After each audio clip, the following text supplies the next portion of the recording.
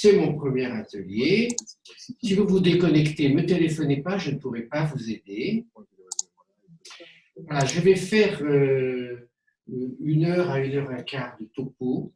Et puis, pour les 3 personnes qui sont présentes, parce qu'il y a eu plein de personnes qui avaient prévu de venir et dont je vois qu'elles se sont connectées à distance. Donc ensuite, je vous poserai les questions tout de suite en présentiel. Et puis ensuite, j'irai voir, parce qu'il y a une possibilité de converser. Et donc, il y a des questions des gens, donc je regarderai les questions et puis on causera. Voilà, très bien. Ah, c'est fait. Heureusement que j'ai fait mes petites fiches.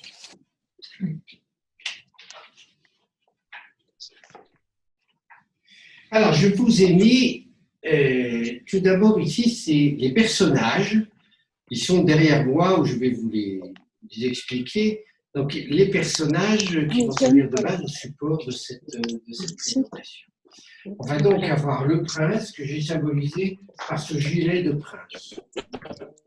Voilà. Il va y avoir le masque que j'ai symbolisé. Je n'avais pas de masque de personne, donc il va y avoir le masque. Pardon d'interrompre. On va trouver bien sûr Muriel le crapaud. Voilà, le crapaud. Je suis en train d'essayer de le faire en sculpture. Il y aura la sorcière. J'ai pris toutes les sculptures que j'avais faites. J'ai pris la sorcière la plus méchante que j'ai faite, avec des pics sur la tête. Et puis, on verra même, j'espère que j'y penserai, mais je vous le montre tout de suite, au cas où je vous dirai. Il y a aussi, évidemment, le petit prince, le bébé à la naissance. Voilà les personnages. Et il y a un personnage il y a 2 personnages, dont 3 personnages. On va aussi parler, je vais vous dire tout ça. Il y a le personnage du roi, de la reine. Il y a le personnage du héros. Et puis, il y a, très bien. Donc, on va faire un voyage au pays des symboles avec un modèle qui va reprendre les personnages mythiques des contes de fées. Donc, dans les contes de fées, prenez par exemple le conte de fées du roi grenouille. Nous, on va dire ce soir roi crapaud, parce que le crapaud est plus difficile à embrasser qu'une grenouille. Donc, dans le conte de Grimm du roi grenouille, il y a une princesse, parce qu'il y a aussi la princesse. Il y a une princesse qui perd une petite boule d'or, et elle la perd, et la boule d'or tombe dans une fontaine. Et c'est un crapaud qui fait ressortir la boule d'or. On voit apparaître les personnages des contes de fées qu'on a connus. La princesse qui, à la fin, va rencontrer le prince, qui aura eu beaucoup d'épreuves pour conquérir sa belle. Et puis, il y a la sorcière qui va lancer une malédiction. Et donc, on va voir tous ces personnages qui vont évoluer. Donc, il va y avoir une première partie de mon exposé où je vais vous présenter les personnages de ce schéma d'identité. Et puis, dans une deuxième partie plus courte, je vous présenterai les mécanismes qui font évoluer tous ces personnages ensemble. D'où vient ce modèle que je vous explique ce soir? Je l'ai appris dans les années 2000 auprès d'un analyste transactionnel italien, Carlo Moiso, qui est décédé en 2008.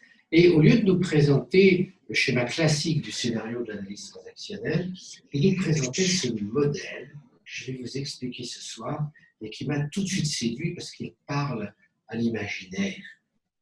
Et je vais vous dire ça et je vais vous dessiner tout de suite ce modèle avec les personnages dont on vient de parler. Donc en bas, il va y avoir le prince et la princesse. Je mets IPB, je vais expliquer pourquoi tout à l'heure. On va trouver le prince blessé.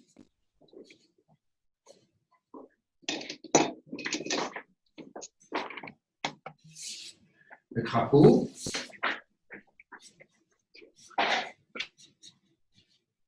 Le masque. Le roi ou la reine. le héros. Et tout autour de ça, ce dans quoi baigne une personne, le monde, la réalité, l'environnement.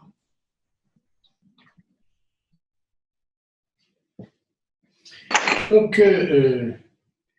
ce modèle, qui est le modèle de la construction du psychisme, qui est assez proche de ce qu'explique l'analyse transactionnelle, mais sous un autre jour.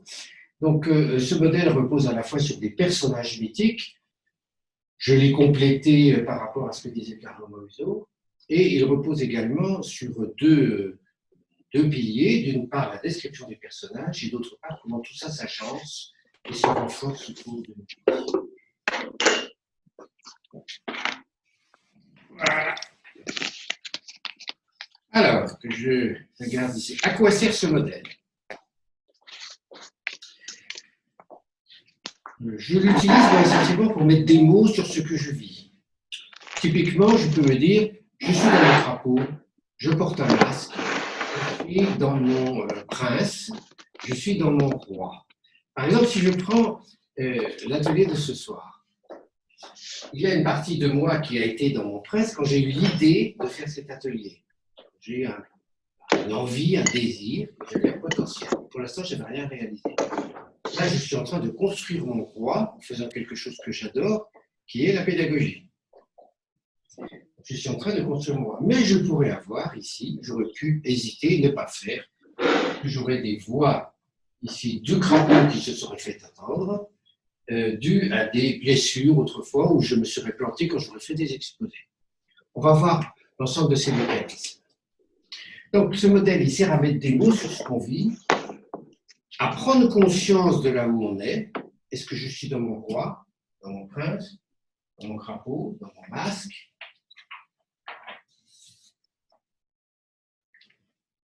Et puis, ensuite, il va servir à décider. Quelqu'un qui est dans son crapaud ou dans son masque peut se dire, bon, j'ai conscience de, maintenant, qu'est-ce que je fais? Est-ce que j'y reste? Est-ce que je pars sur quelque chose qui va être plus constructif et plus positif? Alors, je voudrais tout de même vous demander tout de suite une précaution de faire attention. C'est un modèle qui parle de l'identité, c'est-à-dire que nous allons nous identifier à ces personnages au fur et à mesure que je vais vous les décrire, mais je vous supplie de ne pas définir l'autre avec ce modèle. Ne dites pas à votre conjoint ou votre conjointe ou à vos enfants, « Ah, ça y est, je les ai reconnus, tu étais dans ton crapaud lorsque… » Donc, il faut faire attention quand on parle de ce modèle avec quelqu'un, ça doit se faire dans un cadre contractuel. Si on est en coaching, dont je vous parlerai un tout petit peu ce soir, bon, pas énormément, bien sûr, il faut prendre des précautions avant de parler à quelqu'un de ce modèle et surtout de le définir. Le mieux, c'est quand la personne se définit elle-même et dit « je suis là-dedans et donc je voudrais », etc. Donc, il faut faire attention à ça.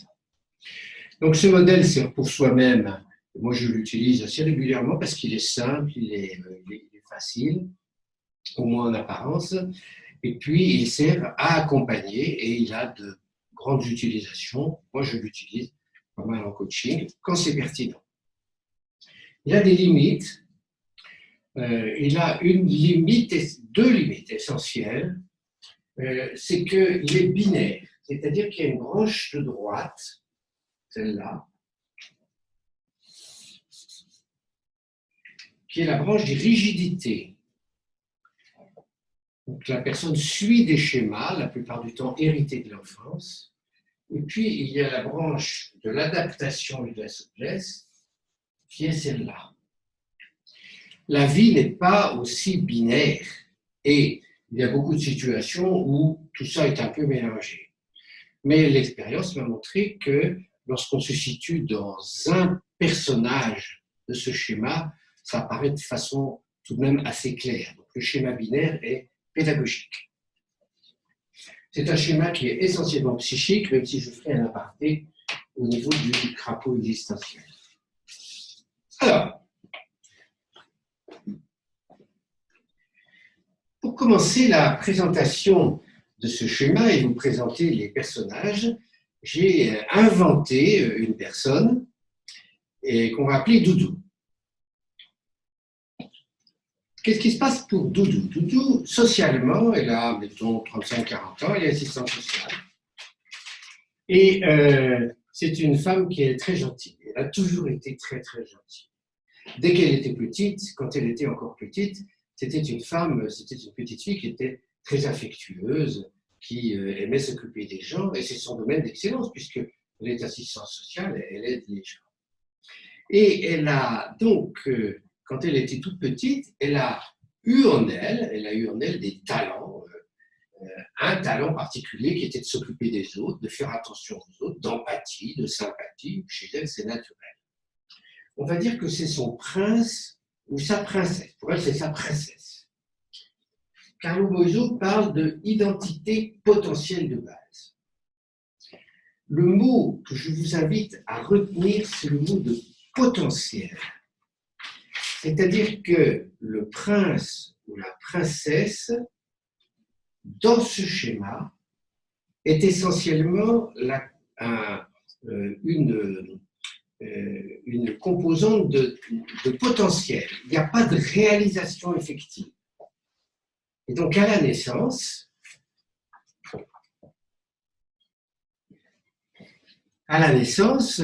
le bébé reçoit du monde, de la nature, de ses gènes, de son environnement familial, il a un certain potentiel qu'il n'a pas encore qu'il n'a pas encore déployé. C'est ça l'idée de potentiel. Il n'y a donc pas du tout de réalisation. Et quand on parle de prince ou de princesse, surtout dans notre jargon en coaching, il peut y avoir des divergences par rapport à ça, parce que le prince ou la princesse, suivant ce modèle, n'est pas réalisé. On verra tout à l'heure, peut-être au niveau de l'idéologie du coaching, ce qui se passe quand on parle de prince et de princesse. Je reviens à Doudou. Donc, Doudou est très gentille et elle a manifesté ce talent quand elle était toute petite. De temps en temps, ses parents lui disent « Doudou, arrête de pleurnicher ». Parce qu'elle pleurniche parfois, ou bien, même une fois, on va imaginer, elle a piqué une colère. Et son père lui a dit « Non, une petite fille ne doit pas se mettre en colère, ça n'existe pas. Les petits garçons, je simplifie, c'est caricatural, mais les petits garçons ne pleurent pas, les petites filles ne se mettent pas en colère. » Et donc, mais ce jour-là, Doudou a fait un caprice.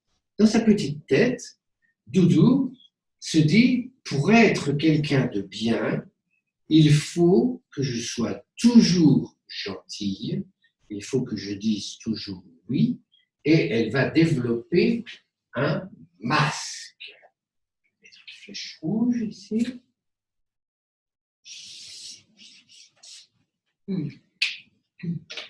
Le masque, c'est presque exactement, pour ceux qui connaissent, les messages contraignants de l'analyse transactionnelle. C'est-à-dire qu'on est OK si. Si on a telle attitude, si on a tel comportement, on est accepté des autres et en premier lieu, pour Doudou qui est petite, de sa famille, de son entourage. Doudou n'a pas été blessée quand on lui dit il faut faire ci, il faut faire ça. Elle n'est pas blessée, simplement il s'agit qu'elle se conforte.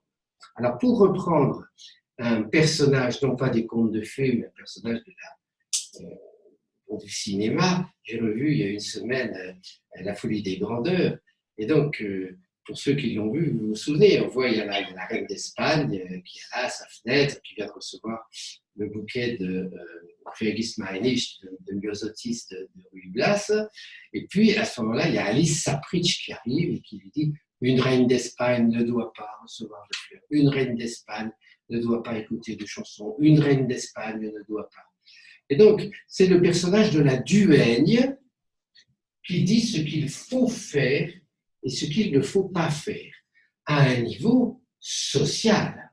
Ça ne va pas chercher plus loin, mais c'est tout de même énorme, c'est tous les messages contraignants qu'on a dans la tête. Doudou a enregistré ce message de ses parents, qui ont joué le rôle de duègne, Et au lieu de réaliser qui elle est de façon plus complète et plus globale, elle va se contraindre. Il faut que je ne me mette jamais en colère. Il faut que je sois toujours gentil avec tout le monde quand il y a une difficulté. Et c'est comme ça qu'il va créer son masque. Premier élément de Doudou. Deuxième élément, on va imaginer, ça va pour l'instant, c'est clair? Je m'adresse aux participants. Deuxième élément de la famille de Doudou, on va imaginer que la famille de Doudou, à la suite de, je sais pas quoi, une histoire familiale sombre ou autre, il y a eu, je sais pas, peut-être un grand-oncle qui a fait des fraudaines, ou bien qui a eu qui a été critiqué dans les journaux, ou bien je ne sais pas ce qui s'est passé, mais dans cette famille-là, être un intellectuel, c'est louche. Dans cette famille, ce qui compte, c'est d'être pragmatique et de ne pas faire de brillantes études, de gagner sa vie, de vivre une vie simple, mais de ne pas aller chercher plus loin. Or, Doudou est intelligente. Mais ses parents lui font comprendre, pas de façon directe, mais de façon indirecte, que chez nous, ça ne se fait pas de faire des études, d'être brillant au niveau intellectuel. C'est pas permis. Donc il y a des familles où il n'est pas permis dans la culture. Il y a des familles où il n'est pas permis de développer son intelligence. Il y a des familles dans lesquelles c'est l'action qui est interdite. Il y a des familles dans lesquelles c'est la réussite qui est interdite. Il y a des familles dans lesquelles c'est la sexualité qui est interdite. Quand j'étais enfant, ça a été ça, le domaine interdit, mais les parents ne parlaient pas. Mais on savait qu'il ne fallait pas. Qu'est-ce qui se passe à ce moment-là pour Doudou? Doudou commence à bien travailler à l'école. Les parents sont appelés par l'instituteur, l'institutrice qui dit « il faudrait la pousser, il faudrait la pousser ». Ouh là là, méfiance. Dans notre famille, ça ne se fait pas. Et Doudou comprend qu'il y a là un poids de la culture familiale. Il y a quelque chose qui ne se fait pas. Et Doudou va se restreindre elle-même et elle va se contenter d'avoir des succès scolaires modestes. C'est en fait une blessure qui va survenir par rapport au déploiement du potentiel de la petite Doudou. Donc, on va voir apparaître ici la princesse blessée, j'ai mis prince blessé, mais on va voir apparaître ici la princesse blessée. Je ne peux pas réaliser mon potentiel. Alors, elle se dit ça dans sa petite tête. Mais le fait est qu'elle n'est pas félicitée quand elle a des bons résultats à l'école, c'est même presque louche. Bon. Le prince est blessé, la princesse est blessée, ses ailes sont coupées.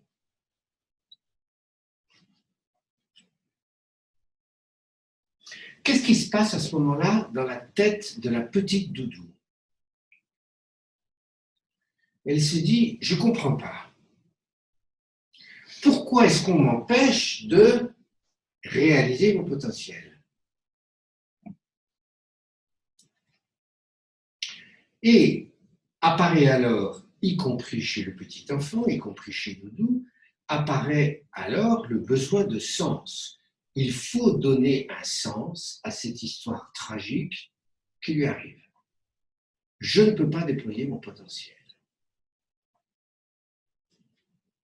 Donc, Doudou se dit, je ne peux pas réussir à l'école, je ne réussis pas.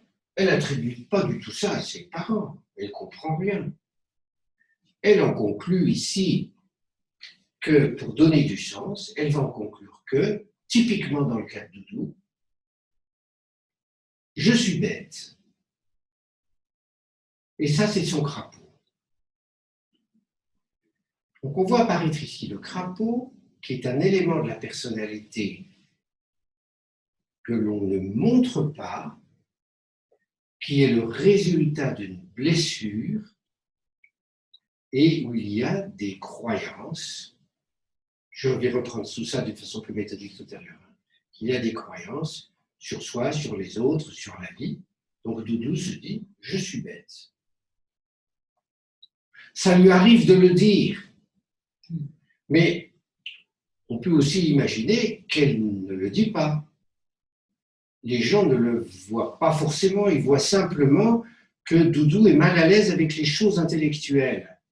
Et ça va donner ici, dans les efforts que Doudou va faire pour cacher sa méfiance par rapport aux choses intellectuelles, ça va donner d'elle aussi une deuxième composante du masque, c'est-à-dire que le masque, ce qu'on montre aux autres socialement, c'est à la fois le résultat des messages d'interdiction qu'on a eus ou de conformité que nous avons eus, et la deuxième création, le deuxième rôle du masque, c'est de cacher le crapaud. Un crapaud, c'est honteux, ça se cache sous les nénuphars, on ne le voit pas, on l'embrasse. Voilà la pauvre histoire de Doudou.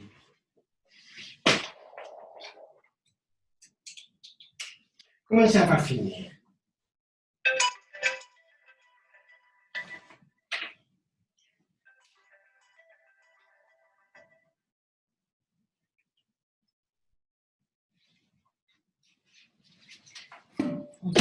François, juste une chose. Si jamais certains ont un problème et qu'ils veulent te le dire de visu, j'ai bien entendu ce que tu as dit tout à l'heure. Tu veux leur donner mon téléphone pour pas que ça me dérange? Non, si quelqu'un a un problème technique, je ne peux pas l'aider. Ah non, mais je sais. Mais là, du coup, il y a pas mal d'appels là. Toi, tu as eu des appels? Non, ce soir. Non, exactement. Non, mais je ne veux pas te déranger, mais c'est. Voilà, c'était pour ça. J'espère que ça vient partout. Ok. Alors, comment ça va finir pour Doudou? Finissons l'histoire de Doudou. Elle peut avoir une histoire banale. Qu'est-ce que c'est l'histoire banale? Doudou, qui est gentil, dévoué, qui est assistante sociale, va rencontrer un brave garçon, va avoir des enfants, des filles. Elle va épouser un mari peut-être qui est assez sympa. Et puis, elle va finir sa vie de cette façon-là en étant une bonne grand-mère. Un scénario tout à fait classique, banal. Simplement, si à la fin de sa vie, on lui dit « Doudou, qu'est-ce que tu regrettes dans ta vie ?» Elle va dire « Moi, ce que je regrette,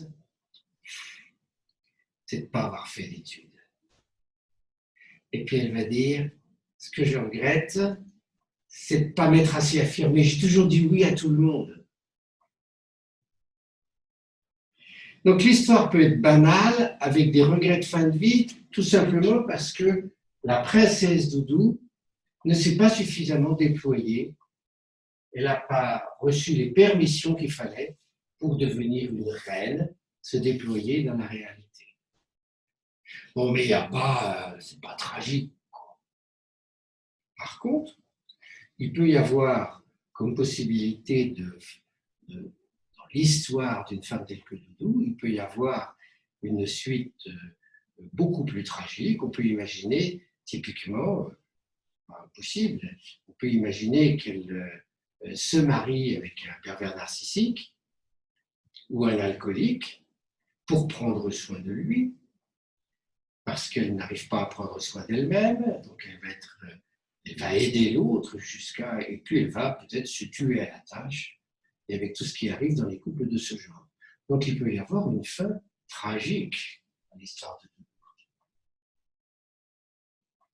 Et puis il peut y avoir une troisième possibilité, c'est qu'à un moment donné, et vous avez certainement des témoignages autour de vous, comme moi j'en ai, il y a des personnes, soit par elles-mêmes, soit assez souvent tout de même parce qu'elles ont fait une thérapie, qui vont décider de changer leur croyance sur elles-mêmes, sur les autres, sur le monde. Et donc, on peut imaginer qu'à 30 ou 35 ans, Doudou se disent, bon, maintenant, ça suffit, je rentre à l'université où je veux suivre tel diplôme. Je ne vais peut-être pas viser le titre du top parce que je colle à la réalité. J'ai 35 ans. Je ne vais pas faire peut-être des études aussi brillantes que ce dont je pourrais rêver, mais je vais tout de même y coltiner. Et que donc Doudou se mette à déployer sa capacité intellectuelle. On peut aussi imaginer que Doudou, qui s'est toujours effacé devant tout le monde, ses patrons, ses clients, ses patients, on peut aussi imaginer que Doudou, à la suite d'une thérapie, se dise, bon, ben maintenant c'est fini, je m'affirme, je dis oui, je dis non. Et là, il va y avoir une réappropriation du potentiel qui était dans la petite fille et qui va se déployer à l'âge adulte en collant à la réalité. Le propre du roi ou de la reine, c'est de coller à la réalité telle qu'elle est, de s'adapter de façon souple. Alors que dans la branche de droite, celle que je viens de vous décrire par Doudou, pour Doudou, on est dans des schémas rigides qui sont fondés sur des croyances archaïques. Très bien. Voilà, j'ai fini l'histoire de Doudou, c'était pour vous mettre en appétit. Je vais reprendre maintenant les choses de façon plus systématique au niveau des personnages. Je surveille l'heure, mais c'est très bien. Ça fait 25 minutes que je parle.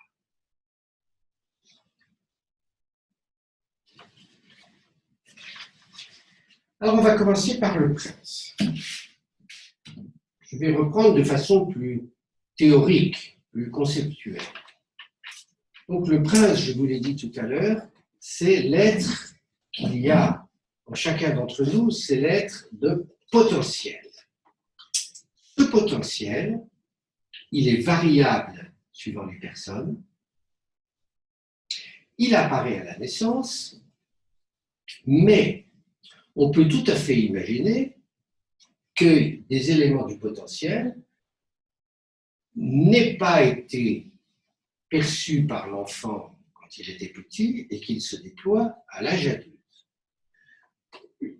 Toute modestie gardée, quand j'ai découvert la sculpture, je vous ai montré certaines de mes sculptures, quand j'ai découvert la sculpture quel âge c'était en 95, j'avais donc presque 50 ans, j'avais 47 ans. À 47 ans, je découvre ce que je ne croyais jamais possible pour moi, peut-être parce que j'avais un bout de crapaud, peut-être. Mais je découvre que je peux faire de la sculpture. Et que bon, ben, je fais ce que je fais, je ne suis pas rodin, mais en même temps, bon, ben, je me défends pas trop mal dans ce que je fais. Donc le potentiel peut apparaître à l'âge adulte, des parties de potentiel. Chaque fois qu'on se découvre un nouveau talent, on va voir apparaître une partie du prince, y compris à l'âge adulte.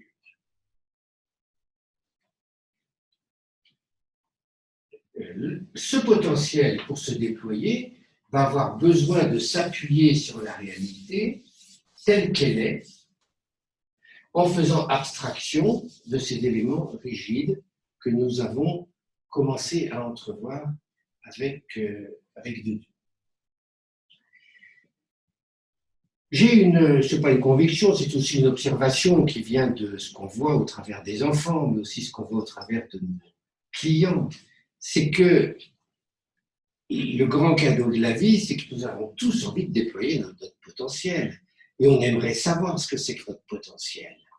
Mais quand on se découvre un talent, on a envie d'y aller. Je suis allé, dimanche dernier, je suis allé à la magnifique exposition de Barbara Epworth au musée Rodin. Bon, j'ai vu comment elle sculptait l'albâtre. Moi, ça me fait envie. Donc, j'ai envie, j'ai peut-être le potentiel de faire des statues en albâtre. Je ne l'ai jamais fait. Est-ce que je vais m'y mettre? Est-ce que je vais réaliser mon potentiel? Pas forcément, parce que ça fait aussi partie de ce qui va se passer chez le roi et la reine. Ils vont être obligés de faire des choix. Et donc, se mettre à l'albâtre, c'est-à-dire à la sculpture sur pierre, ça nécessite du du temps, de l'apprentissage, peut-être un peu d'argent. Est-ce que je vais m'y mettre? Pas forcément. Mais je serais théoriquement tout à fait capable de faire quelques statues en pierre. La même chose pour les contes. Quand j'ai découvert les contes, j'avais 35 ans, j'ai découvert un élément. Ah, plutôt non. J'ai redécouvert un élément qui était dans mon Petit Prince. Mais il avait été effacé par des blessures. Je vous raconte l'histoire parce qu'elle est trop belle.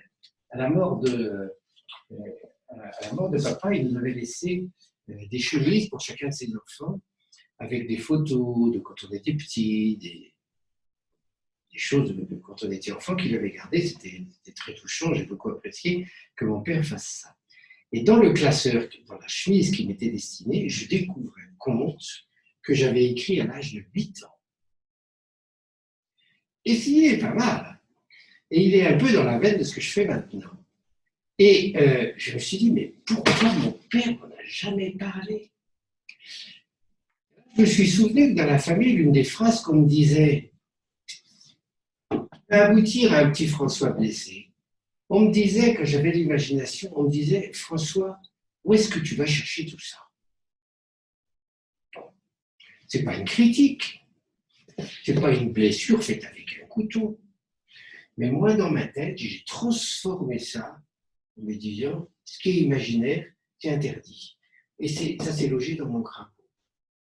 Et je n'ai pas cru que j'avais accès à ces composantes imaginaires pendant jusqu'à l'âge de 35-40 ans. Et puis à 35-40 ans, je redécouvre ces talents, je vérifie que l'environnement, les personnes à qui je raconte les histoires sont contentes, donc ça peut s'insérer dans le réel, et je décide de redéployer ici un talent de conteur. Donc il peut y avoir aussi des talents qui ont été enfouis ou qui n'ont pas pu arriver à maturité parce que soit l'entourage, soit la personne elle-même, comme dans mon cas,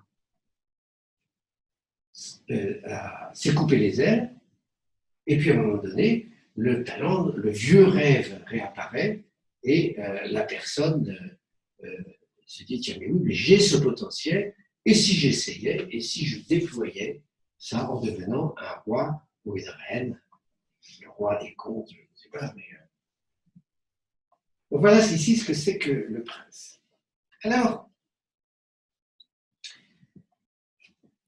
comme vous êtes beaucoup là à m'écouter, qui tournait autour du métier de coach ou qu'il existait et qu'il pratiquait, ce métier de coach, je voudrais tout de même ici faire une remarque. Dans l'idéologie humaniste qui est la nôtre, dans l'idéologie du coaching, on parle du prince et de la princesse.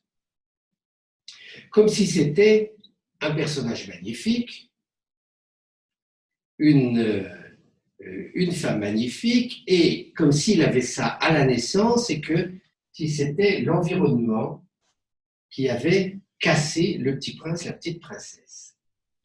Mais les choses ne se passent pas comme ça. Cette idéologie humaniste est en fait une idéologie rousseauiste dans laquelle on présuppose que l'enfant vient au monde innocent, sans mal, et on présuppose que c'est l'environnement, la famille, l'entourage ici qui va pervertir le petit enfant qui lui arrive innocent à la naissance. C'est la position avec laquelle moi je ne suis pas d'accord, c'est la position de l'analyse transactionnelle qui affirme tout enfant naît prince à sa naissance. Mais moi je ne pense pas que ça soit ça. Parce que dans le prince est une notion neutre, c'est le potentiel et c'est tout. Et dans le prince, il y a aussi ce que Freud décrivait quand il disait tout petit, les petits enfants sont aussi des pervers. On parlait de la perversité, j'ai oublié l'adjectif, mais. Et donc il parlait de la figure perverse des enfants. Si vous lisez le Ça de Grodek, ce magnifique livre de Grodek qui a été écrit, je crois, dans les années 1920-1930, il parle du Ça, il explique que l'enfant est le siège des pulsions. Donc le prince ou la princesse, non seulement c'est pas l'enfant, mais en plus, c'est pas le lieu d'un potentiel forcément positif. Parce que j'ai réfléchi à ça il y a 2 jours, quand j'ai repris ici ce modèle pour vous l'exposer ce soir. Je me suis dit, Eichmann, quand il organise les convois pour aller vers les camps de concentration, il déploie son potentiel. Donc on pourrait dire avec ce schéma qu'il devient roi, qu'il devient reine. Alors, pourquoi est-ce qu'il n'est pas roi, est-ce qu'il n'est pas reine dans le modèle? Là aussi, je réfléchis. Je pense que c'est parce que il avait dans sa personnalité des éléments rigides d'obéissance à l'autorité, qu'il était impensable pour lui de ne pas dire non, de ne pas s'opposer à l'autorité, et que c'était chez lui une croyance forte qui se traduisait par garde à vous devant ses supérieurs nazis. Donc à la fois un masque, et puis en même temps une partie de crapaud qui fait qu'il n'était pas capable de dire non. Il n'avait pas d'autonomie, il n'avait pas de liberté. Donc il y avait ces 2 éléments ici. Il y avait à la fois le déploiement d'un potentiel, mais il y a aussi cet aspect de rigidité qui peut apparaître. Donc attention à ne pas donner au prince ou à la princesse une valeur trop grande, ce qu'on a souvent tendance à faire dans l'idéologie du coaching qui est la nôtre. Alors, c'est vrai que quand on reçoit un client, nous cherchons chez lui le potentiel, nous essayons de voir ce qu'il peut déployer, ce qu'il veut déployer, et nous allons faire tout ce qu'il faut pour l'aider à déployer ses ailes. Ça, c'est vrai, nous portons sur lui un regard de prince et de princesse. Mais imaginez qu'il y a un client qui arrive. Voilà, il dit, voilà, on lui parle du prince. Il dit, ben voilà, mon prince, c'est de devenir chef d'une entreprise, c'est de faire suer le bureau à tous les gens dans l'entreprise, c'est de vider les gens qui sont pas compétents, c'est de me faire le maximum de pognon, et puis les gens, je m'en fiche. Bon, aidez-moi, monsieur le coach, à faire ça. On peut dire que c'est un potentiel, il en a peut-être le potentiel. Imaginez qu'il y ait quelqu'un qui arrive en coaching et qui dit, moi, voilà, je veux être le roi des mafieux. Peut-être qu'il a du talent pour ça. Qu'est-ce qu'on va faire? Donc attention à cette idéologie du prince en coaching, elle est à manier avec précaution. Et elle est à compléter par une notion éthique.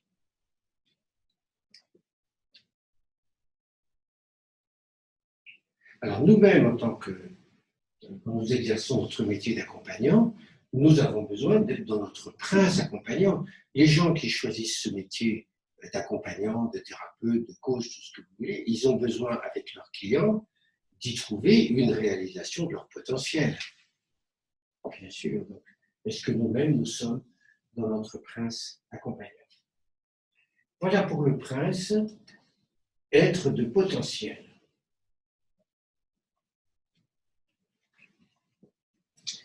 On va passer ici au masque, en reprenant ce qui est arrivé à Doudou.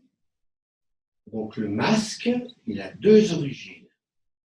La première origine, c'est l'environnement qui exerce sur nous une pression de conformité. Tu seras OK si.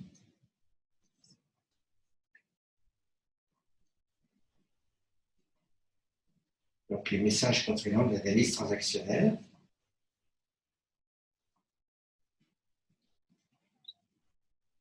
Alors qu'est-ce qui se passe avec l'apparition de ce masque et du OK si? L'une des caractéristiques du masque, c'est qu'il se voit. On voit le masque. Le masque ici, on voit le masque. Alors, il y a 2 jours,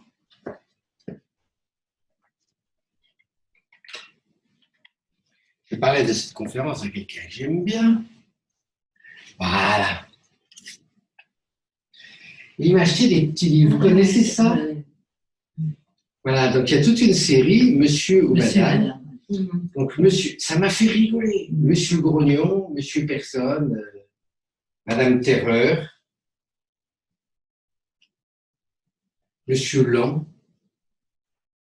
C'est donc des monsieur et madame qui ont ce qu'on va appeler des défauts. Mais c'est visible. À partir du moment où c'est visible, c'est un masque.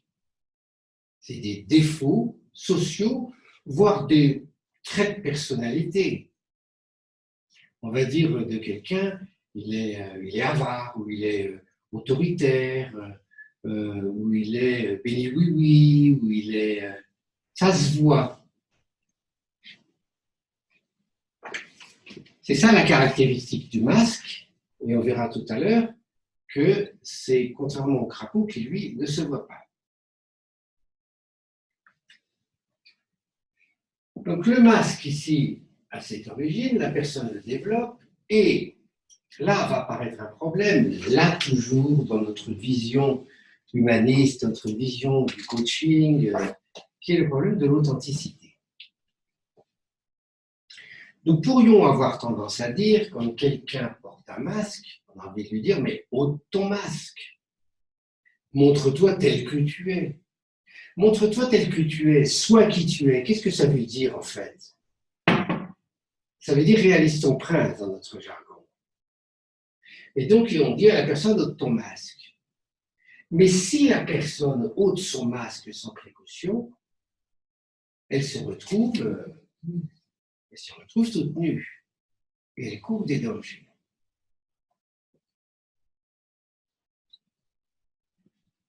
Donc vous retrouvez là l'un des fameux adages que nous avons dans notre métier d'accompagnant, c'est jamais de permission sans protection. Donc on ne va pas permettre à quelqu'un ou inviter quelqu'un à retirer son masque. Par exemple, on ne va pas inviter un manager à faire preuve d'authenticité trop brusquement ou dans n'importe quelle circonstance vis-à-vis de ses troupes. Parce que s'il ôte son masque, on le met en danger. La même chose pour les hommes politiques. C'est quand Bill Clinton qui disait ça. Oui, je crois que c'est lui qui disait ça. Un jour, il avait essayé comme ça de se montrer de façon assez authentique. Et les gens étaient ils n'étaient pas contents parce que nous, on attend d'un homme politique qu'il soit droit dans ses bottes, qu'il ait des idées claires, qu'il n'ait pas de doute. Macron, quand il a parlé hier soir, bon, ok, il a asséné tous ces trucs. Si Macron nous avait dit, écoutez, moi je me pose des tas de questions parce que, etc., finalement, les experts, et puis moi-même, telle responsabilité que je prends. Donc, peut-être qu'il a tout ça. Peut-être que lui-même, il a ses doutes ici, mais il a besoin, on attend de lui qu'il porte un masque de leader. Si l'autre, son masque de leader, il n'est plus le leader. Donc on va avoir besoin dans notre métier, très souvent, de protéger le masque, c'est-à-dire de n'inviter la personne à retirer son masque qu'après un examen de la réalité. Donc attention à cette histoire de masque et retirer le masque. Le masque, il a un très gros avantage, c'est qu'il permet l'intégration sociale. Et il permet l'intégration sociale des gens, on va le voir, là, qui ont des crapauds, qui ne veulent pas montrer leur crapaud, et qui donc à ce moment-là vont montrer leur masque. Alors, il y a des masques qui sont beaux. Par exemple, quelqu'un, on dit, il est courageux. On dit souvent, c'est une qualité. Moi, je n'en sais rien. Il y a des fois, c'est peut-être un masque. Ça cache peut-être ce qu'on appelle le driver soifant dans l'analyse transactionnelle. J'ai des gens qui disent, moi, la mort, j'ai même pas peur de la mort. Ok, bon, très bien. Donc, ils portent un masque de personnes fortes, ou bien les épreuves, j'y arriverai, je suis courageux, etc. Qu'est-ce que ça cache? Je ne suis pas sûr moi, que ce soit véritablement leur prince qui soit comme ça. C'est peut-être un masque qui est derrière. Donc, le masque, la personne, on pourrait dire, elle joue au prince, elle montre un masque de prince, mais ça n'est pas forcément un prince, ça peut être un masque. Donc, il peut y avoir des beaux masques. De la même façon qu'il peut y avoir des masques qui ne sont pas très, très reluisants, ici, mais qui restent acceptables socialement.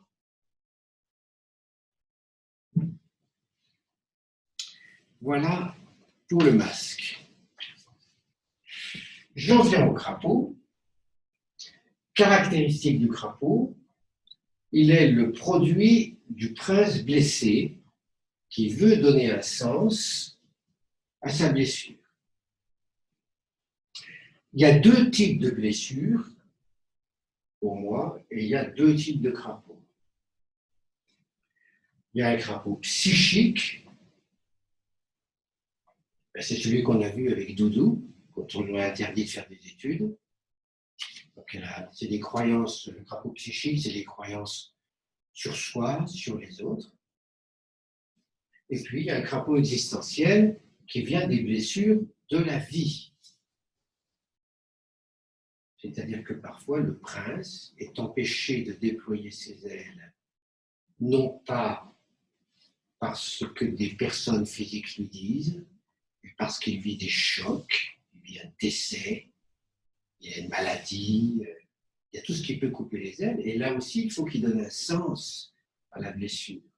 Donc, il va développer à ce moment-là un crapaud de conditions humaines, un crapaud existentiel, avec des phrases, des croyances simples sur la vie. C'est-à-dire, la vie est moche. À quoi bon?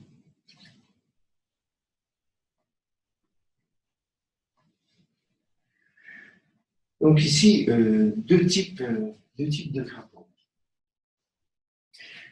Est-ce qu'on peut repérer le crapaud? Comment est-ce qu'on peut voir si quelqu'un est dans son crapaud? Autant pour le masque, on arrive à voir, la personne le montre. Autant pour le crapaud, c'est difficile, la personne le cache. Mais nous avons des indices de processus pour repérer quelqu'un dans son crapaud. L'un des meilleurs indices que je connaisse, c'est l'utilisation des mots globaux et l'utilisation des jugements à l'emporte-pièce. Quelqu'un dit « je suis bête ». Quelqu'un fait une erreur, il renverse une boîte de clous. Il va dire « voilà, qu'est-ce que je suis bête ?» Ça, c'est ni prince ni crapaud, c'est la réalité, ça n'a rien à voir. Mais quelqu'un qui pense profondément qu'il n'est pas intelligent, ça, c'est de l'ordre du crapaud. Qu'est-ce qu'il va dire en complément de « je suis bête » Il va dire « c'est toujours la même chose ». Donc, on va trouver les mots globaux, toujours, jamais, encore, avec des croyances qui apparaissent, qui sont des croyances fortes, globales, croyances sur soi, croyances sur les autres, croyances sur la vie. C'est comme ça, en écoutant en filigrane le discours des gens, qu'on peut se dire qu'ils sont dans leur crapaud. Je me méfie beaucoup des gens qui utilisent ces mots globaux, ces jugements globaux, parce qu'on trouve presque toujours des contre-exemples, donc on ne colle pas à la réalité. Quand une personne a des convictions très très solides, il y a des fois c'est magnifique, il faut avoir des convictions solides. Donc qu'est-ce qu'il y a derrière? Qu'est-ce que ça cache comme crapaud?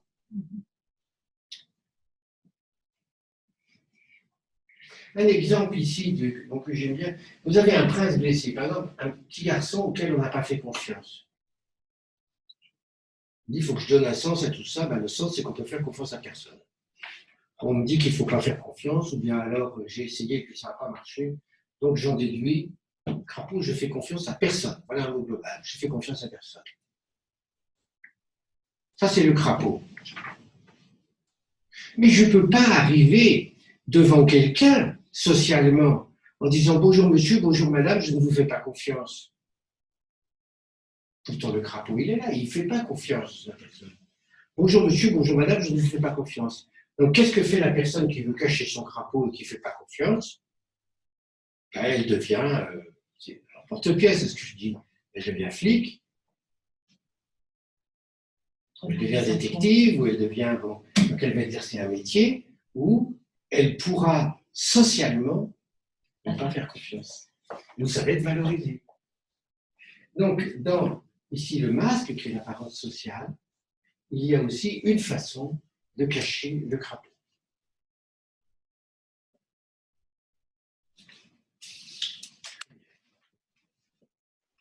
Alors, quelques mots juste pour conclure ces personnages, quelques mots sur le héros, puisque j'aurai un atelier spécial sur le héros avec, je crois que c'est au mois de juin.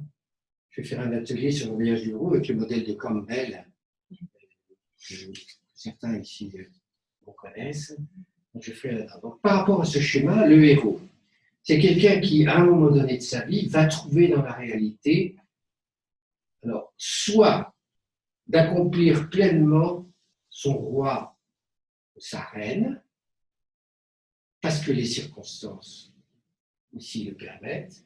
C'est donc typiquement pour moi De Gaulle, que je raconterai au mois de juin, donc De Gaulle, qui a un prince, qui rêvait d'être un prince au niveau de ses ambitions militaires, et puis qui arrive à épouser la réalité, qui se découvre un prince, qui découvre son génie politique en mai-juin 1940, et il devient De Gaulle à Londres, en devenant ici un héros. L'avantage, quand on devient un vrai héros, comme ça là, c'est que tout le monde nous pardonne notre crapaud. Donc De Gaulle, qui est un type imbuvable, imbu de lui-même, orgueilleux, tout ce qu'on veut, on dit ouais d'accord, il est tout ça, mais c'est De Gaulle. Donc première construction du héros par la branche ici de la réalité, la branche de l'accomplissement. Deuxième construction du héros, c'est de temps en temps, peut-être avez-vous rencontré des personnes qui, pour cacher leur crapaud qui est trop pesant, vont tenter un coup d'éclat qui foire. Est-ce qu'ils n'ont pas les compétences? Je pense souvent aux candidats à la présidentielle. Je me dis, ces gens qui récoltent 0,2% des voix, qu'est-ce qui leur prend? Je pense qu'il y a de ça. Et donc, ici, ils essayent de faire un coup d'éclat, et puis quand ils échouent, ils retombent encore plus pesamment dans leur crapaud. Une tentative utopique d'échapper au crapaud.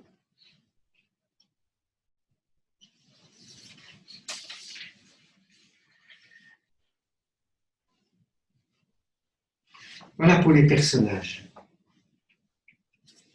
Ce schéma d'identité.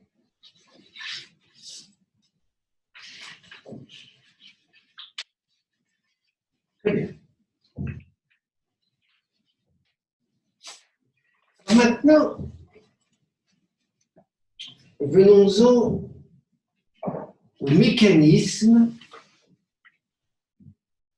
qui vont gouverner la construction du psychisme de quelqu'un selon ce modèle.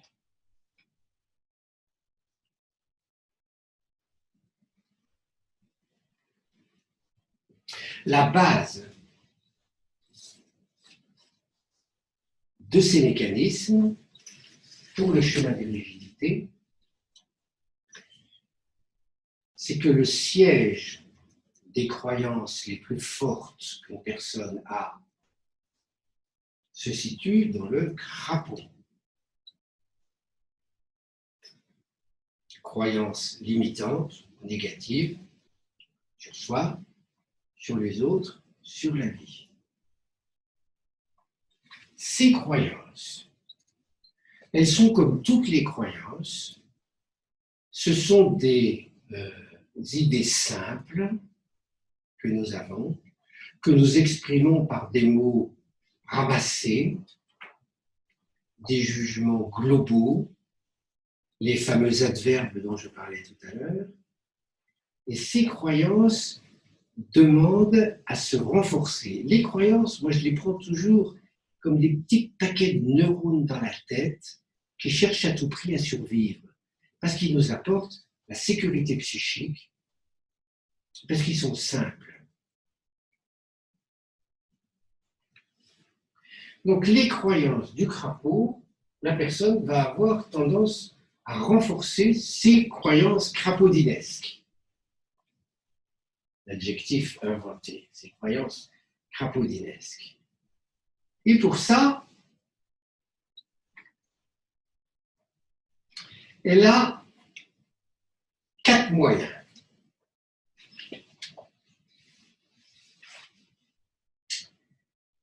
Premier moyen pour renforcer les croyances du crapaud, c'est direct. la personne exprime directement son crapaud et se fait valdinguer pour la 3000e fois. Donc la personne, au lieu d'avoir une apparence sociale, un masque, elle va montrer son crapaud. Alors, vous prenez quelqu'un qui est rigide, quelqu'un qui est intégriste, ou bien vous prenez des gens qui sont un peu paumés dans la rue, certains vont vous parler tout de suite avec leur crapaud, et ils se font rejeter. Quelqu'un qui est habillé d'une façon dégueulasse et qui pue, il montre ici, il montre directement son crapaud, il n'aime pas la vie, il ne s'occupe pas de lui, c'est peut-être pas sa faute, d'accord.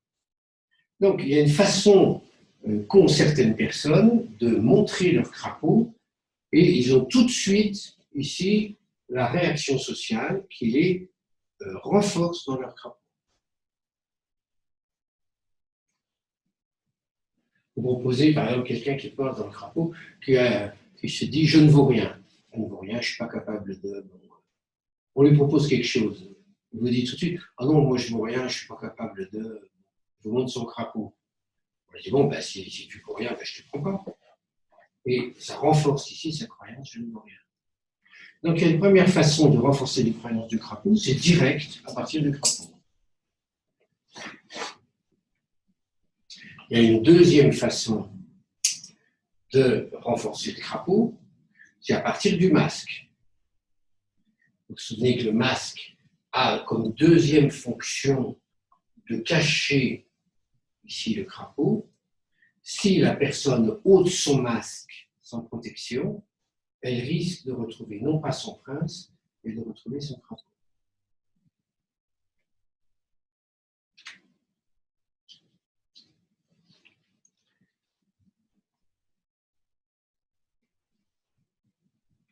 Il y a une troisième façon pour le crapaud de renforcer ses croyances. Elle est rare, mais elle arrive, j'en ai parlé tout à l'heure, c'est d'essayer de faire des coups d'éclat héroïques et de se casser la figure. Imaginez, je publie un bouquin sans faire attention, etc. Donc je dis, moi je trouve que je ne suis pas assez publié, je dois faire des bouquins. Bon, donc je tente ici un écrit sulfureux, par exemple. J'essaie de faire parce que les journalistes, c'est intéressant, bon, comme Marlène Schiappa, un coach qui écrit des écrits sulfureux. Donc je tente un coup d'éclat héroïque, et puis le soufflet retombe et je me retrouve dans mon crapaud à ce moment-là. Donc c'est une troisième façon. Bien sûr, je ne la recommande pas. Il y a une quatrième façon qui est plus subtile de retrouver à la fois son crapaud et son masque. C'est quand on a une trop grande réussite, ça peut paraître paradoxal, mais quand on a une trop grande réussite du roi et de la reine. Qu'est-ce qui se passe à ce moment-là? Je présuppose que c'est ce qui est arrivé à De Gaulle. C'est-à-dire que la personne qui a tellement bien réussi se crée elle-même un masque. On ne veut plus voir son crapaud. Elle n'est plus que son masque, elle n'est plus que son rôle. Ça peut arriver aux grands artistes, aux grands cinéastes, aux gens qui sont dans un certain registre. Et ils deviennent prisonniers, plus ou moins complètement, à ce moment-là, de leur rôle. Ah tiens, j'ai regardé dans La Folie des grandeurs, il n'y avait pas que la Duègne, il y avait aussi De Funès. De Funès, on lui fait jouer que des rôles de méchants salauds, quoi, sardoniques. Je crois qu'il a essayé de faire un film à la fin de sa vie, où c'est Bourvil peut-être, il a essayé de faire un film dans un autre registre, ça n'intéresse pas les gens. Parce que l'entourage, ça je ne vous l'ai pas dit, mais c'est très important. En fait, ici, je parle de construction comme si c'était la personne qui décidait, etc. Mais en fait, l'entourage est complice de notre construction parce qu'il aime bien nous cataloguer. Lui aussi, il a ses croyances. Lui aussi, c'est intéressant qu'il dise « Oh, Sylvie, elle est ceci, Sylvie, elle est cela ». C'est facile de porter les gens qui ont des masques. C'est simple, c'est aussi des croyances. Donc l'entourage, il est complice de notre construction psychique. Et quand on veut développer le prince suivant la réalité, il faut parfois, ici, s'opposer à l'entourage. Donc voilà ici des façons de conforter son crapaud. Mais je voudrais maintenant, ici pour finir, vous présenter un mécanisme encore plus subtil parce que Carlo, quand il nous l'a expliqué, nous sommes éblouis.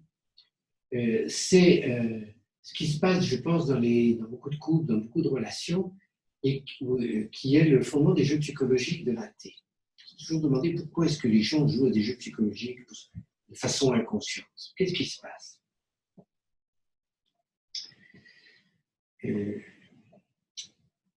Une personne qui a été blessée dans l'enfance ou à l'âge adulte par quelqu'un n'arrive pas à accepter, dans beaucoup de cas, n'arrive pas à accepter que cette blessure ait lieu. Elle se dit, mais c'est pas possible qu'on m'ait traité comme ça. C'est pas possible qu'on ait été aussi méchant avec moi. C'est pas possible qu'on m'ait autant cassé les ailes. C'est pas possible que papa, maman m'ait interdit de. C'est pas possible que mon entourage ne m'ait pas fait confiance. Elle se dit, mais c'est pas possible. J'arrive pas à croire que des gens qui étaient supposés m'aimer aient fait ce genre de choses.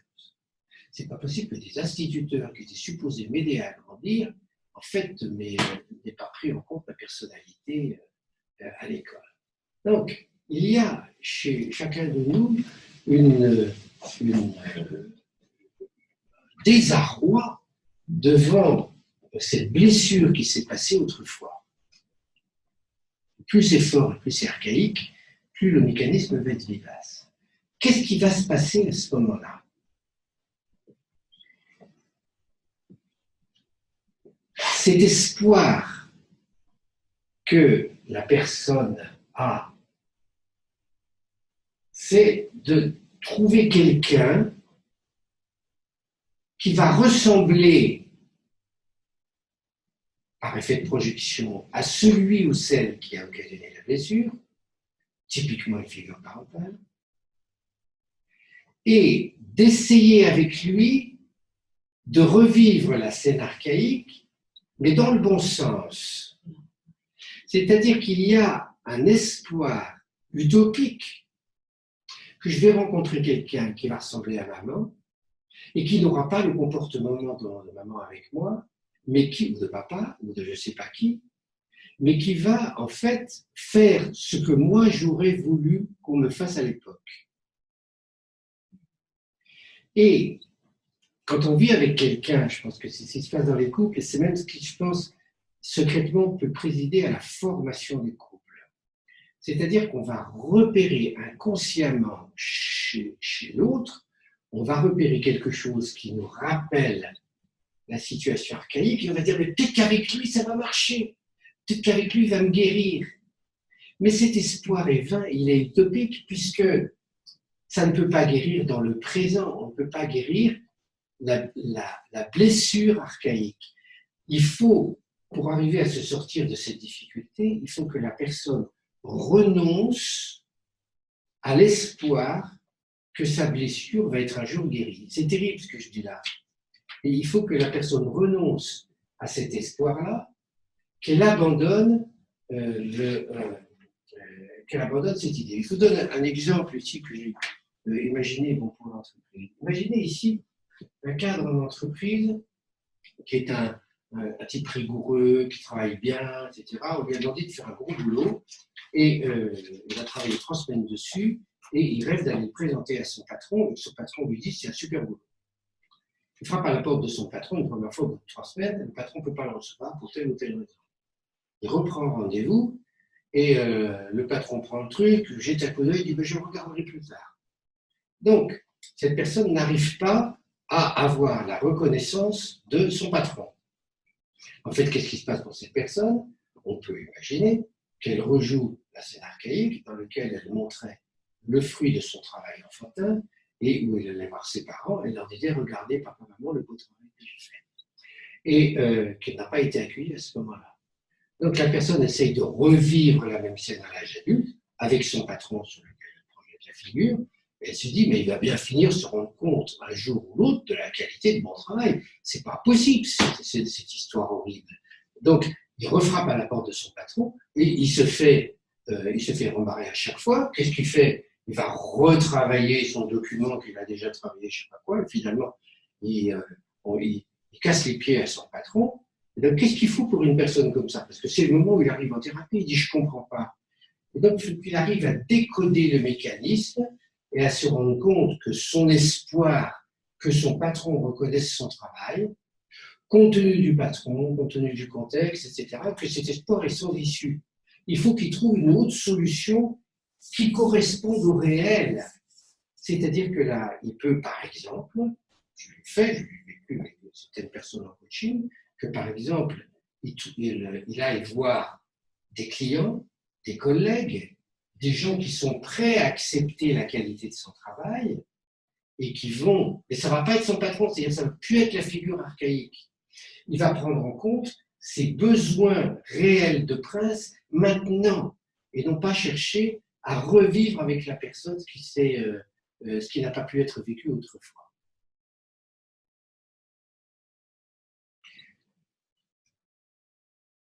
Voilà, c'est là-dessus que je vais clore mon exposé au niveau des mécanismes, au niveau des personnages.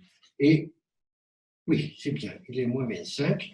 Donc on va peut-être commencer. Est-ce que vous avez ici, pour les 3 personnes présentes, est-ce que vous avez des questions? Puis ensuite, je vais voir ici un tour.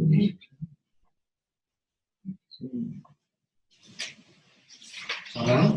Oui, je reviendrai. C'est le dernier exemple qui m'interpelle un peu sur la blessure archaïque dont on doit accepter qu'elle ne puisse être guérie. Donc en fait, c'est ça le truc. Et finalement, pour compenser ce manque, aller voir ailleurs dans sa réalité, ses collègues, là, essayer de trouver finalement quelqu'un qui va l'aider à guérir. C'est bien ça. Oui, c'est ça. Est-ce que j'ai bien compris? Oui, c'est ça. D'accord. Oui, c'est ça. Oui, c'est ça. Il y a quand il se passe quelque chose, imaginons que ce cadre d'entreprise qui est fait voir son patron, imaginons que je le reçoive. Quelque chose que j'aime bien proposer à ce moment-là, c'est de lui dire, bon, mais est-ce que vous pourriez rêver, votre patron est là devant vous, et vous lui avez présenté votre travail, et aujourd'hui, il vous dit ce que vous voudriez qu'il soit dit, ce que vous voudriez entendre. Donc, quel est le miel que vous voudriez entendre? Et là, j'ai la blessure archaïque. Ok, tu as la blessure archaïque. J'ai la blessure archaïque, oui. Ok. Nous, coach, qu'est-ce qu'on en fait? Et à ce moment-là, je lui dis, bon, cette blessure archaïque, de toute façon, il semble qu'avec ce patron-là, ça ne marchera pas. Il ne vous enverra jamais le miel. Je regarde la réalité, le contexte, qui est ce patron, etc. Bon, donc, vous n'aurez jamais ce miel-là de votre patron. Je ne vais pas revenir à papa-maman. Je dis, vous n'aurez jamais ce miel-là. Bon, donc, première chose, renoncer à avoir du miel de son patron. Deuxièmement, peut-être qu'il est possible d'avoir un bout du miel par quelqu'un d'autre. Qui à ce moment-là, fait travailler. Est-ce que là, à ce moment-là, il ne va pas lui transférer sur autre chose? C'est possible. C'est possible. Bon, je regarde les commentaires.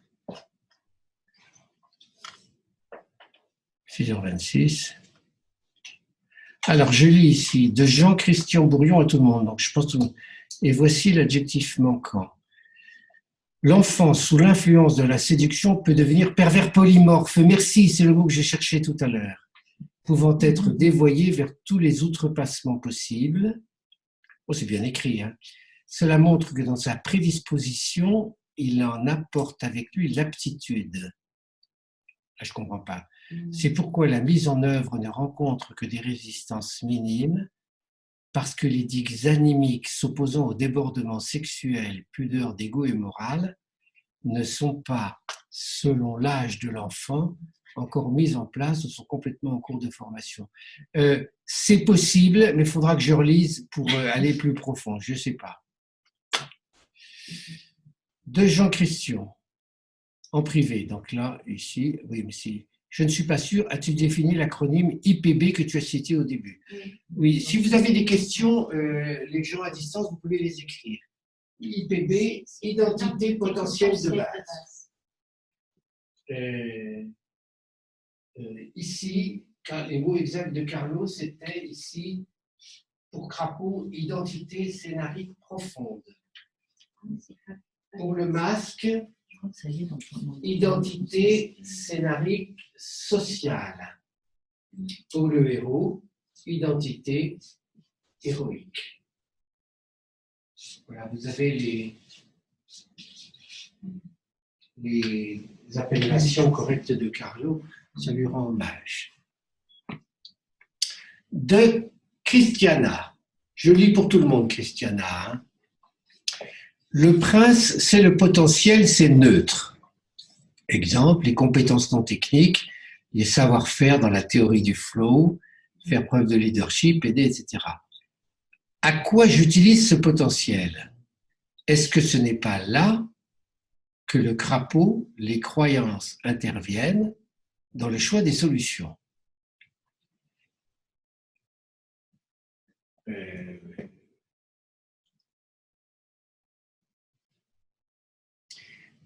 Je ne sais pas si je vais répondre exactement, Christian, mais voilà comment je vois les choses, comment je l'utilise pour moi-même.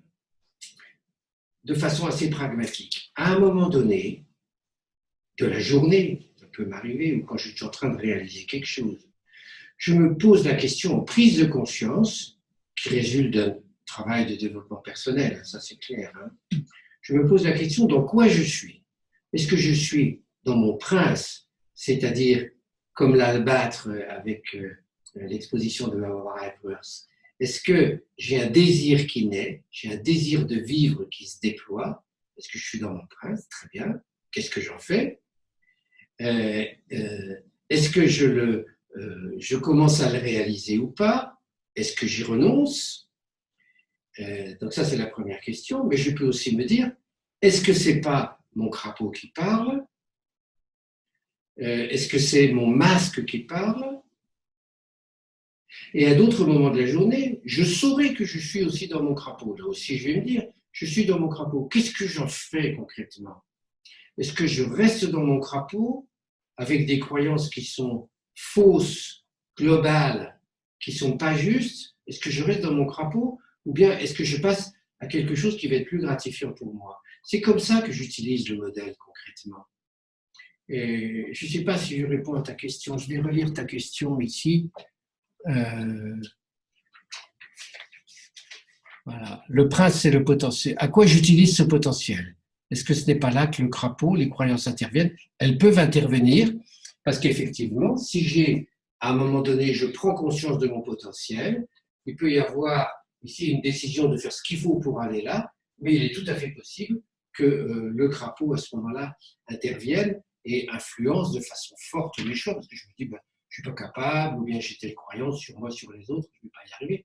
À ce moment-là, c'est le crapaud qui gagne et qui va couper les ailes au prince. J'espère que je t'ai répondu à peu près. Marie-Pierre. François, je ne comprends pas bien la différence entre roi et héros. De façon résumée, voilà ma position. Le roi et la reine, je trouve, ça suffit pour une vie réussie. Mais il peut arriver que dans des circonstances définies, ou parce qu'il y a un appel plus pressant, que le contexte est là, il peut arriver que j'ai un appel à l'héroïsme. C'est-à-dire, je vais reprendre le personnage de Gaulle.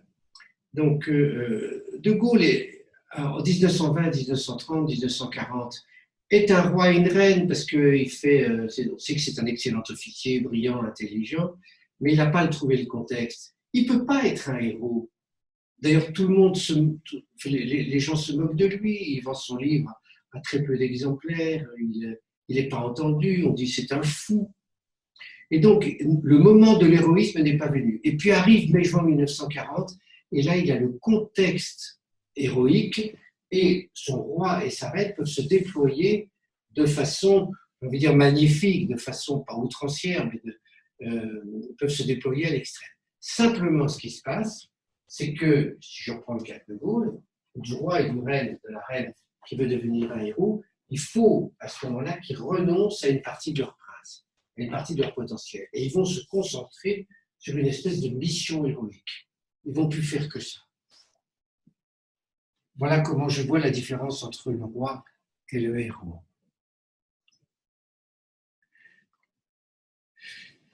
Tu n'as pas beaucoup développé le roi ou la reine. Non, je n'ai pas beaucoup développé le roi ou la reine, c'est exact. C'est un modèle qui a été bâti par un thérapeute. Et comme tous les modèles bâtis par un thérapeute, il s'intéresse plus à ce qui ne va pas qu'à ce qui va. C'est comme avec l'adulte de l'analyse transactionnelle. Bon, l'adulte, c'est ce qui est ni enfant ni parent. Et puis point barre, c'est tout. Et là, c'est un peu pareil. Donc, le travail, Carlo Boiso, quand il a élaboré ce modèle, il a surtout cherché le mécanisme dans lequel tout ça se construisait et comment ça interagissait au niveau du renforcement des croyances. Mais c'est vrai que la partie qui nous intéresse, la partie de réussite, il n'en a pas beaucoup parlé. Donc, c'est pour ça peut-être que j'en ai moins parlé. Le roi et la reine, qu'est-ce qui se passe quand quelqu'un est dans son roi ou dans sa reine? C'est qu'il va coller à la réalité, il va coller au contexte, il va choisir, il va utiliser des méthodes. Quelqu'un qui a un problème de gestion du temps, il dit bah, tiens, ah oui, tiens, mais je pourrais mieux gérer mon temps. Bon, ça, c'est son frère, je pourrais mieux gérer mon temps. S'il est dans son roi et dans sa reine, il va utiliser des méthodes. Là, on utilise des méthodes, on utilise des procédures, on fait aussi des stages de développement personnel, on apprend des modèles, quels qu'ils soient. Ça, ici, on pourrait dire, c'est la voie du développement personnel. Et pour que ça marche, il faut que ça colle à la réalité. Sans ça, un jour ou l'autre, on va retomber dans la branche de droite. Enfin, voilà comment je vois les choses. Les challenges que je vais relever sont teintés de mes crapauds. Qu'en penses-tu? Eh oui, eh oui, eh oui. Il y a beaucoup de, quand on creuse un peu, quand on se connaît, les challenges qu'on relève, les challenges que l'on a, peuvent être teintés de crapauds. Donc, il faut être assez lucide et puis savoir aussi que c'est ambigu et que on peut avoir envie de faire des choses magnifiques ici, mais que c'est peut-être aussi pour réparer des blessures d'enfance. Donc, tout ceci n'est peut-être pas aussi net que ce que je l'ai exposé dans...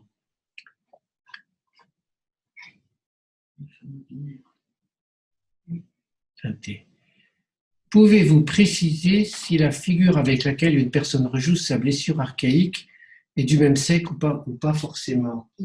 Ça, je ne sais pas, parce que moi, je ne suis pas psy. Et au niveau des phénomènes de projection qu'on fait sur les personnes archaïques, je ne suis peut-être pas assez compétent. Moi, dans mon histoire, je sais très bien que je rejoue avec des femmes ce que les blessures et le crapaud que j'ai eu avec ma mère. Ça, c'est clair. C'est gros comme une maison. J'ai eu une blessure quand j'étais enfant. Et donc, je l'ai revécu et je l'ai revécu avec d'autres femmes. Je n'ai pas vécu avec des mecs. Bon.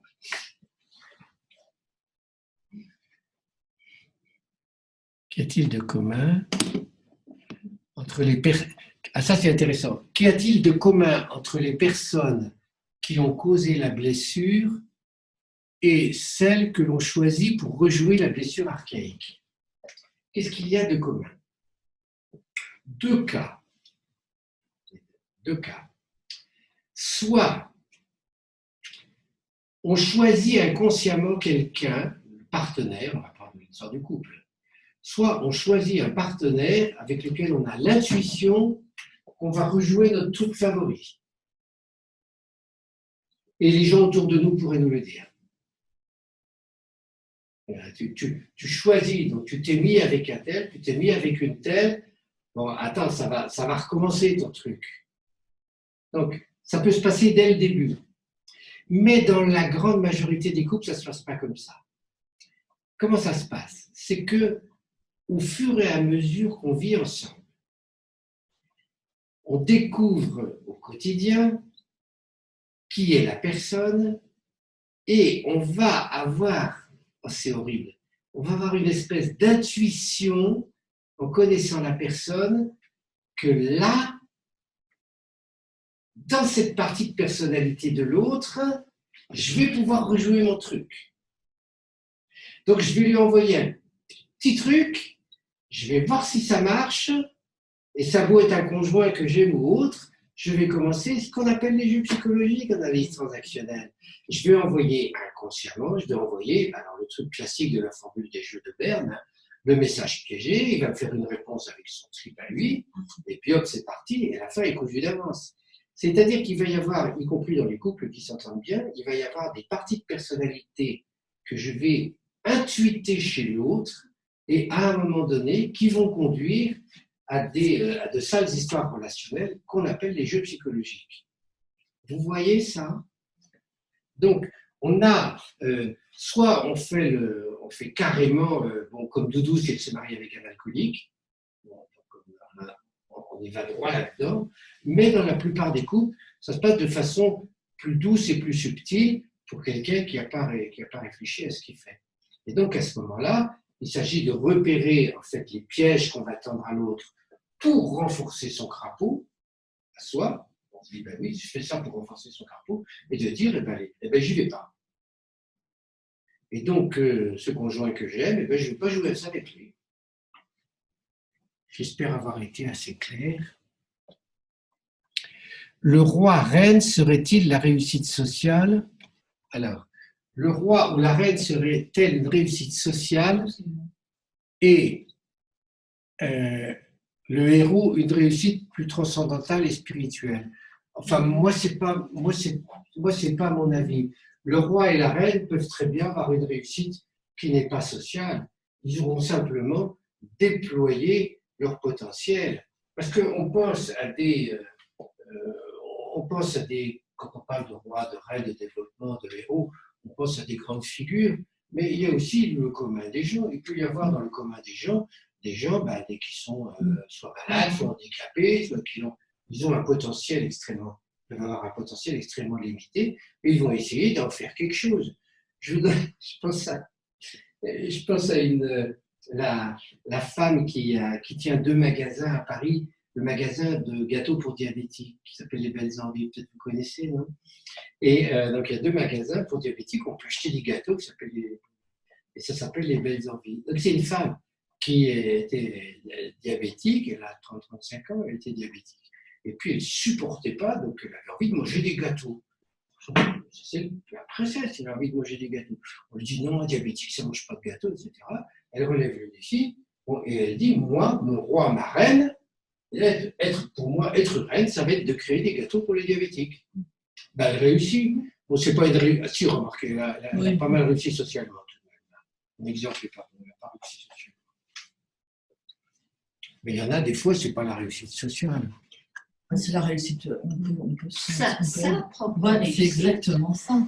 Sa propre réussite et on est bien dans sa vie. Voilà. Est-ce que réussir, c'est pas tout simplement être bien dans sa vie et on réalise à ce moment-là son roi ou sa reine, tout simplement. Je pense que c'est ça. Ouais. Sans pour cela être un héros quelconque. Oui, tu disais. Est-ce qu'il y a des étapes ou des moments de vie particuliers dans lesquels on voit plus tel personnage ou tel autre apparaître en fait? Alors écoute, en utilisant ce modèle de façon assez approfondie pour moi-même ici, en fait, je l'utilise moi assez au quotidien. Tu vois, c'est-à-dire que je peux avoir un moment de la journée où je me dis, typiquement par exemple, je vais me dire, de mes phrases de mon crapaud, c'est je suis trop vieux pour. Voilà, je suis trop vieux pour. Donc ça peut m'arriver, tu vois, j'ai envie de faire un truc, oh non, je suis trop vieux pour. Je me dis, bon ok, c'est le crapaud. Attends, non, tu es peut-être juste fatigué, dis pas que tu es trop vieux pour. Aujourd'hui, tu vas pas le faire parce que tu es fatigué. Mais dis pas que tu es trop vieux pour, ramène pas ton crapaud. Donc je vais l'utiliser, je peux l'utiliser aussi ici au quotidien. Et puis alors ensuite, je l'ai utilisé pour relire des pans entiers de mon histoire. Quand est-ce que j'ai déployé mon prince, les décisions que j'ai prises, quand est-ce que je me suis vautré dans mon crapaud. Et donc on peut aussi regarder l'histoire d'un développement personnel à partir de ce schéma. Voilà, il est 8h moins 5, donc nous allons arrêter dans 5 minutes. C'est parfait, enfin dans quelques minutes. Qu'est-ce que j'ai à vous dire à la fin?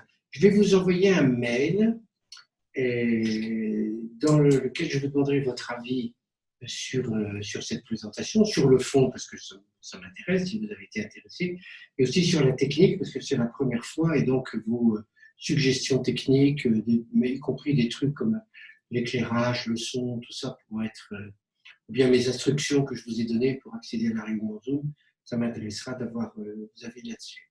J'espère que vous avez passé une bonne soirée. Pour ceux qui le souhaitent, le prochain atelier didactique aura lieu le 24 avril et pas le 4 comme j'ai mis par erreur dans le mail hier soir. Donc le 24 avril, et ça portera sur l'art du coaching. C'est-à-dire que j'ai déjà fait une fois cet atelier, ça a très bien marché. Il y a un certain nombre de questions qu'on peut se poser, comment faire dans tel cas, ou bien donc des choses très concrètes. Et j'ai donc une liste de thèmes sur l'exercice du métier, et j'ai réfléchi à des témoignages que j'avais pu avoir dans ma vie professionnelle qui illustraient ces questions ou qui portaient sur des points de réflexion sur ces questions. Donc, les personnes, je ne sais pas si l'histoire du coronavirus sera finie, ça m'étonnerait. Donc, je prendrai les questions au fur et à mesure. Il faudra peut-être que je trouve un moyen avec la vidéo. Enfin voilà, 24 avril, et vous aurez les précisions. Là-dessus, vous pouvez fermer le meeting Zoom. Et voilà. Merci à tout le monde, merci de votre présence, merci aux personnes qui étaient là, et passez une bonne soirée. Merci.